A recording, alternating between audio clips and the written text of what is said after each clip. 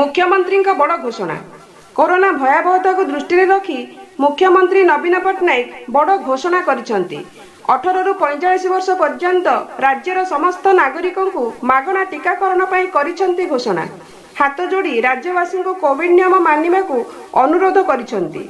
प्रतिटी जीवन मो पाई मूल्यवान, सेथिपाई कोविड नियम मानंतु, निजे सुरक्षित रुहंतु और अन्य मानंकु सुरक्षित रहिबारे सहयोग करंतु। मे 1 तारिख आरंभ होब साबालक टीकाकरण कार्यक्रम। एथिपाई राज्य सरकार खर्च करिवे 2000 कोटी टंका। उपकृत हेबे राज्यर 1.93 कोटी नागरिक। आसंतु सुनिबा कौन थिला मुख्यमंत्री घोषणा। प्रिय भाई और भौनी माने नमस्कार। आज सारा भारत एक कठिन परिस्थिति मध्य देई गति करुछि।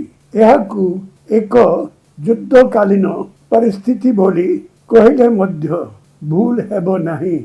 कोविड संक्रमण रे भारत आज सारा दुनिया रे सबुठारु उपरे अछि। प्रतिदिन लक्ष लक्ष लोक संक्रमित हेउछंती। बहुत दुख कथा, प्रतिदिन हजार हजार लोक मध्य मृत्यु मुखरे पड़ुछंती। आपण माने टीवी और मीडिया रु जानिथिबे। दिल्ली, उत्तर प्रदेश, मध्य प्रदेश, कर्नाटक, गुजरात, महाराष्ट्र, छत्तीसगढ़ आदि राज्य मानकरे परिस्थिति आज भयंकर होइछि। एही सब राज्य रे मेडिसिन, ऑक्सीजन, हॉस्पिटल रे बेड आदि टोटल हेल्थ सिस्टम उपरे बहुत प्रेशर पड़ुछि। सबुठारु दुखर कथा श्मशान घाट मानकरे मध्य सब दाह पाई जागा मिलु नहीं। एभली भयंकर परिस्थिति, एभली कठिन परिस्थिति भारत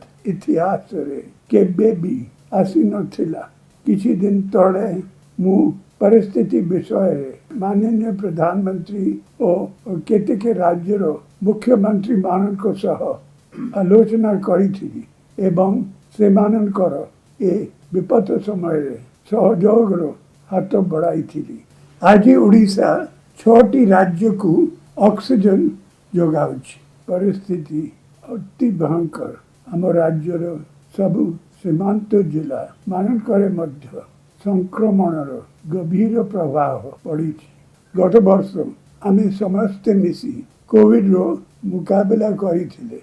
बात्या हो बा बन्या बा कोविड मैनेजमेंट सबु बेले आपण माने सहयोग करिथिबारु आमे अनेक मूल्यवान जीवन रक्षा करि पारिछु गत वर्ष थरु।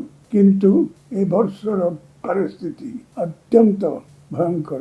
सरकार को तरफ हॉस्पिटल रे बेड ठारू आरंभ करी ऑक्सीजन, मेडिसिन, एम्बुलेंस आदि सबु व्यवस्था को मजबूत करा जाउछि। मु बारंबार कही आसीछि जे मो पाई प्रतीत जीवन मूल्यवान। तेणु यदि आमे सतर्क न रहिबा, निजे निजर दायित्व प्रति सचेतन न हेबा, तेबे सरकार एकाकी केबे भी ए परिस्थिति रो मुकाबला करि पारिबे नाही।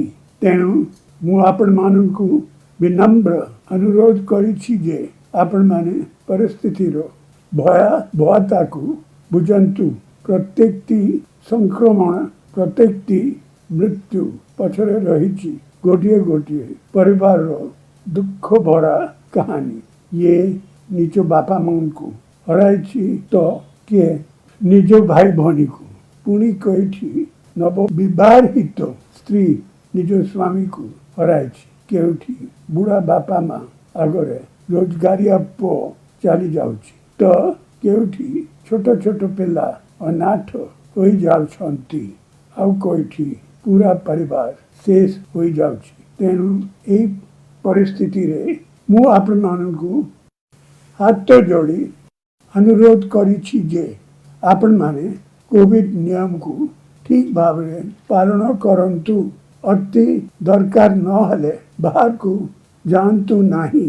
किए जाने फेरबा बेले कोरोना आपण को साथी रे घर को आसी नथिबो। तेणु सावधान रहंतु। सबु बेले मास्क ठीक भाव रे पिनंतु। सामाजिक दूरता रक्षा करंतु ता सहित अन्य कोविड नियम को मध्य पालन करंतु लॉकडाउन शटडाउन मु केबे भी चाहे नहीं केही भी चाहिबो नहीं यह आम अर्थनीति को दुर्बल कर जाउछि किंतु अर्थनीति सह जीवन रक्षा मध्य आम पाई गुरुत्वपूर्ण आमे जदि नियम मानिबा आमे जदि सावधान रहिबा तेबे बिना लॉकडाउन रे कोविड युद्ध जीति पारिबा 4.5 कोटी ओडिशावासी हेउचंती मोर परिवार मु चाहे मो परिवार निरापद रहू मो ओडिशा निरापद रहू मो परिवार प्रति जीवन मो पाई मूल्यवान गत काली राज्य सरकार आमर 18 रू 44 एज ग्रुप सब लोक को टीका देबा पाई